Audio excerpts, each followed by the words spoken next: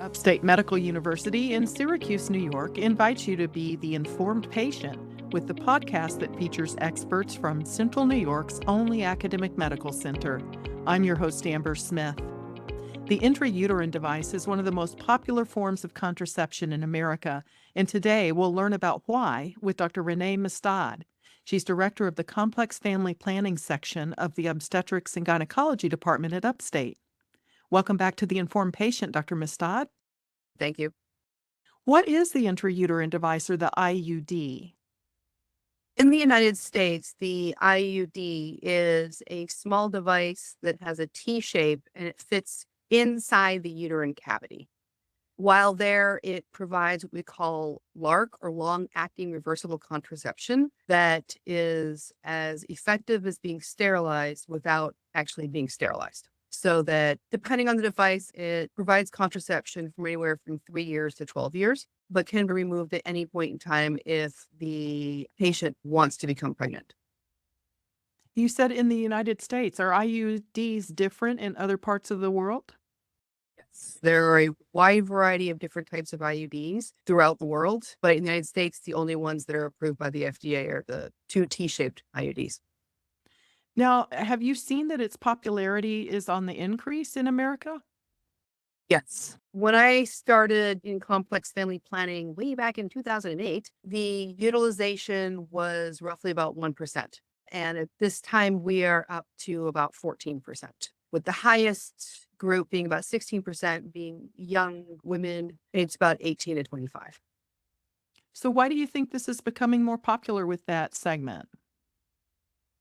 Part of the unpopularity was due to the Delcon Shield scandals from the 70s that resulted in a lot of physicians not wanting to provide intrauterine devices, or IUDs, for women who had never had children due to a concern that they might cause pelvic inflammatory disease or scarring of the fallopian tubes, which would cause infertility to these women.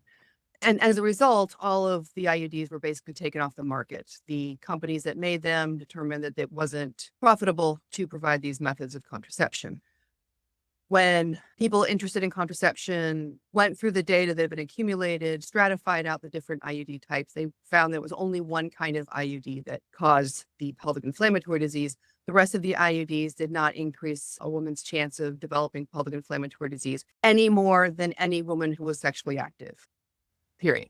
So starting in the late 90s and early 2000s, two companies were willing to start making IUDs again. And the people in the family planning world began publishing a lot more data about the safety around IUDs, the efficacy around IUDs, and new physicians became very interested in IUDs. They're very popular because they are as effective as they are, and because they're what we kind of refer to as no-brainer birth control. You don't have to remember it every day. You don't have to refill it every month. It's expensive to start, but once it's in the uterus, the woman owns it. It's hers. If she loses her insurance, she doesn't lose access to her IUD.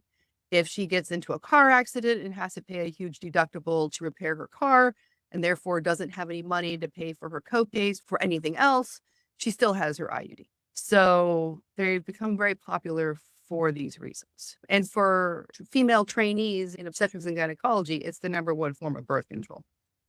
What's the difference between hormonal IUDs and copper IUDs?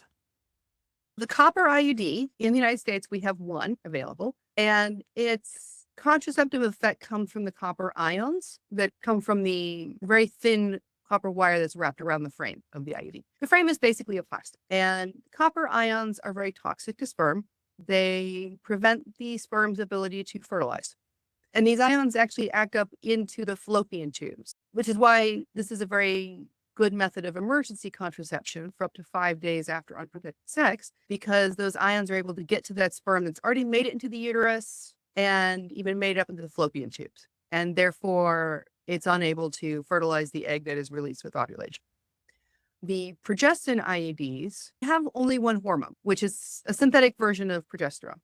Progesterone helps to decrease the amount of blood that the uterine lining creates, but its primary mechanism of action is that it thickens cervical mucus. So the sperm cannot penetrate the cervix and therefore cannot get into the uterus and ever meet up with an egg to fertilize it. The added benefit by thinning the lining of the uterus is that it can also help with women who have heavy periods. It can help with women who have problems with abnormal bleeding, women who have things like polycystic ovarian syndrome or PCOS, where they bleed only every few months, because it can help, therefore, to prevent endometrial hyperplasia or development of precancer cells. And it can definitely help with preventing endometrial cancer for women who are at high risk of that. And it's pretty effective at preventing pregnancy. Yes, the risk of pregnancy for both the hormonal and the copper IUDs is less than 1%. What about sexually transmitted infections? Does it guard against any of those? Not officially. It, first of all, does not increase the risk of sexually transmitted infections. The progestin, by thickening cervical mucus, can make it more difficult for bacteria to also work its way up into the uterus. So observational studies have demonstrated that any kind of progestational contraceptive can decrease the chance of developing pelvic inflammatory disease. It will not prevent a woman from getting gonorrhea, chlamydia of the cervix. It will not prevent HIV. It will not prevent herpes. It will not prevent HPV, but it can possibly help decrease the risk of pelvic inflammatory disease. Because these are just observational studies, we don't promote this as a benefit of utilizing the methods. If sexually transmitted infections are a concern, then condoms need to be used. This is Upstate's The Informed Patient Podcast. I'm your host, Amber Smith. I'm talking with Dr. Renee Mestad from the Obstetrics and Gynecology Department at Upstate. Now, let's talk about who is a good candidate for this. I know the younger women seem to be interested in this, but is it for any age woman? It is for any age woman who can tolerate having a pelvic exam. It requires the provider to place a speculum so that they can see the cervix, so that they can insert the device through the cervix. So if the patient can tolerate a pelvic exam, and the whole process is usually about 5 minutes, then it's a good method, good option for this woman. What if the woman has never had a vaginal birth before getting the IUD? Does that matter? It does not. Once upon a time, that was a reason to not be able to get an IUD, because it can be a little bit harder to insert the IUD through the cervix because the cervix has never been stretched open. But it is not a hard and fast rule of why a woman cannot receive an IUD. Are there any medical conditions that would prevent, assuming that you can undergo a pelvic exam, are there any things other than that that would disqualify? For the copper IUD, if a woman has something called Wilson's disease, or basically an allergy to copper, she clearly should not. Women who have heavy periods where they bleed for many days and have developed anemia as a result should probably not get the copper IUD. Theoretically, and there have been complaints that it causes more bleeding, but it's more a matter of it won't really help the bleeding at all. Any abnormal bleeding should be worked up before either IUD is provided. Cancer often will bleed in advance of being diagnosed. It's not usually the reason a woman, particularly a young woman, has abnormal bleeding, but it needs to be ruled out first. And then anybody with a current pelvic inflammatory disease infection should not get an IUD. It needs to be treated first, and then they can get an IUD. Women who have fibroids or scarring of the inside of the uterus, or have something we call didelphic or bicornate uteruses that are not the normal light bulb shape, but are actually like two horns. They're not a hard and fast rule, but it could be much more difficult to place or keep the IUD. It may wind up being ejected by the uterus if the shape of the uterus is not standard. So are these inserted in an office procedure? That's the majority of the time, yes. And does it hurt? Yes. And it varies woman to woman. I'll have some patients who I go through the process, I place the IUD, and the response is, "Oh, you started?" And I have other patients who it's just excruciating. And I can't speak to why it varies. You know, it could be the same person inserting the exact same device or from the same company, and the response is just different. But it does merit that providers be honest with the patients that, yes, this is definitely going to be uncomfortable. It might be painful. That the patient makes sure that she takes some ibuprofen before she comes in. It won't necessarily help with the immediate pain of the insertion, but it can help with the cramping that's going to happen afterwards. So it's important that the provider not brush off the potential for pain or significant discomfort by saying, oh, it's just a couple little cramps. I mean, for some women it is, but for some women it is very significant. So once it's in place, can the woman feel it? She will have an awareness of her uterus, which is how I describe it. Most of us go through the month without really thinking about most of our organs until you bruise your arm. And now every time you wave it, it hurts a little bit. But when it comes time for our periods every month, then we're very aware of our uteruses down there in our pelvis. So there might be some cramping. Well, there will be some cramping upon insertion and the rest of the day. It should ease up, and it could be a couple of hours up to a couple of weeks, and even maybe a month or two before a woman stops being aware of her uterus. But like I said, it's just kind of an awareness. It might be a dull ache, or it might just be, I have a uterus and you know it's there. And eventually though, that goes away. There are strings that hang down from the IUD through the cervix and into the vagina. They should not hang out outside of the vagina like a tampon string, but a lot of times women can feel that. Occasionally, a male partner might complain about IUD strings, so we usually try to tuck them behind the cervix if that becomes an issue. How hard is this to remove? Most of the time, not very. It's often easier coming out than it was going in because we just grab the strings and pull. Sometimes it can get flipped around in the uterus. I don't know how that happens, but it does. So it may be difficult getting it unflipped. Rarely, but not impossibly, one of the arms can wind up kind of embedding in the muscle of the uterus itself, which can make it difficult to get out. And we've had a few cases where an L of the IUD comes out with one of the arms breaking off and being stuck inside the uterus, whether it's in the uterus itself or in the muscle of the uterus. And very rarely, like at this point, about less than 1 in 1,000 times, you can get an IUD that goes all the way through the uterus and into the woman's abdomen, into her belly. In that case, then she would need a laparoscopic surgery through her belly button to find and remove that IUD. So those, I assume, are some of the risks of using an IUD? Yes. But for most women, that doesn't happen. Correct. It's generally pretty straightforward. Will use of an IUD make it difficult to become pregnant when they're ready to start a family? Return to fertility is pretty immediate. The copper IUD does not affect the function of the ovaries. So a woman continues to ovulate every month. So basically, whenever she would ovulate next would be the next time she'd be able to get pregnant. The progestin IUD or hormonal IUD sometimes might affect ovulation, but it's really not reliable in that respect. So once it's removed and that progestin is removed, then the ovaries should start ovulating again and her fertility comes back fairly quickly. The thinning of the lining of the uterus, that recovers fairly quickly once the progestin is removed as well.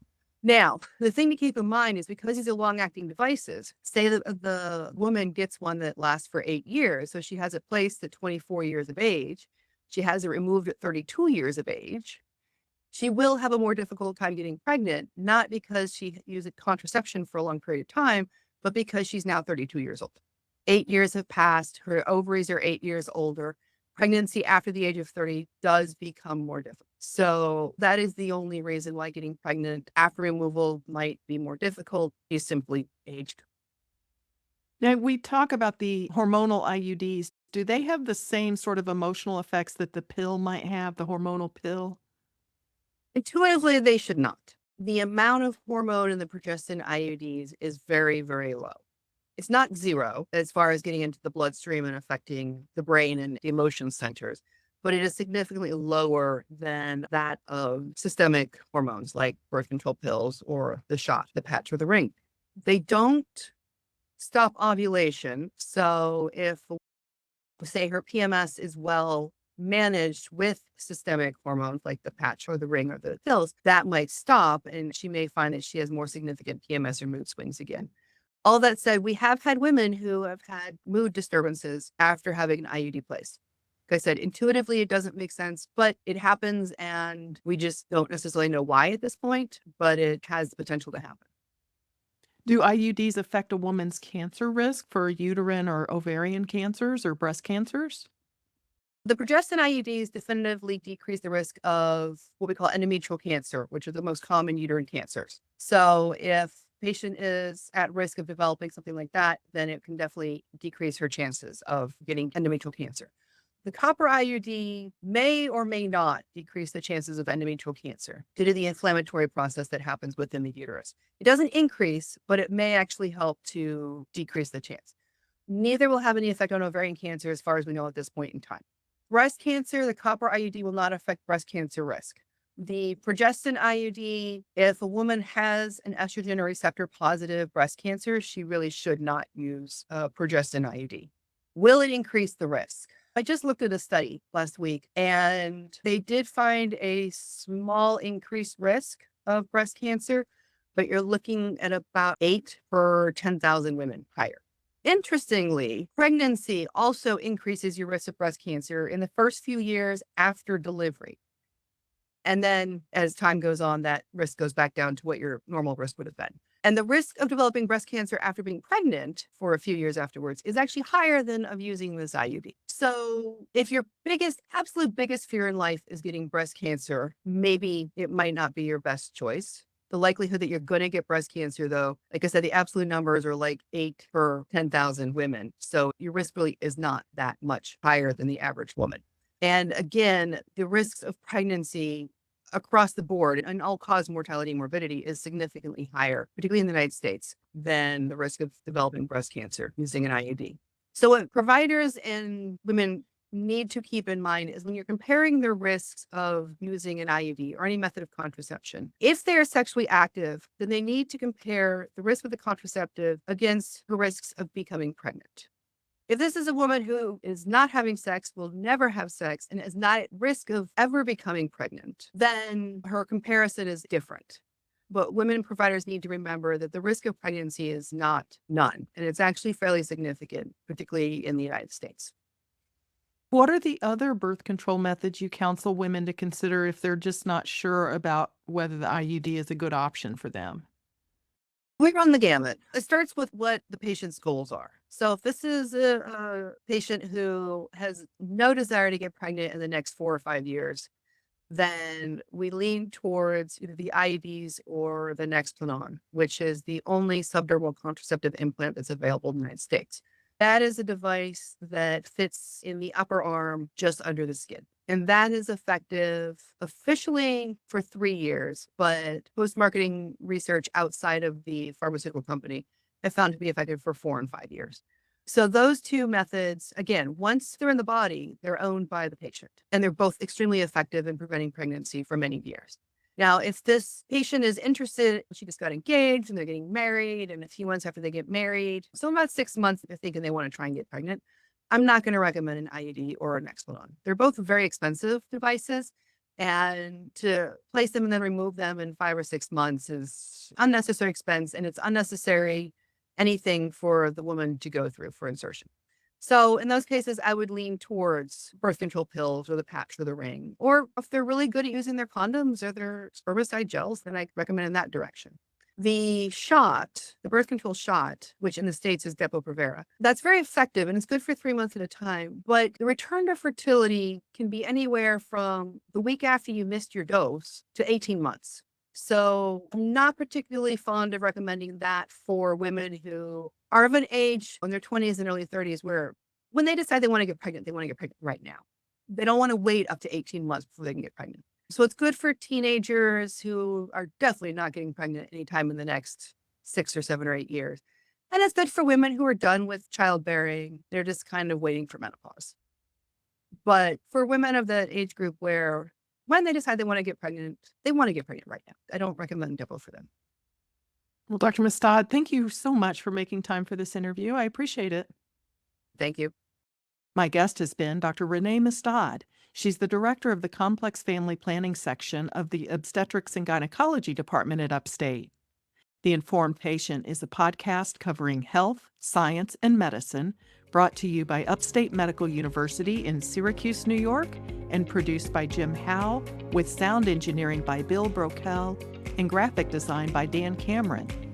Find our archive of previous episodes at upstate.edu/informed.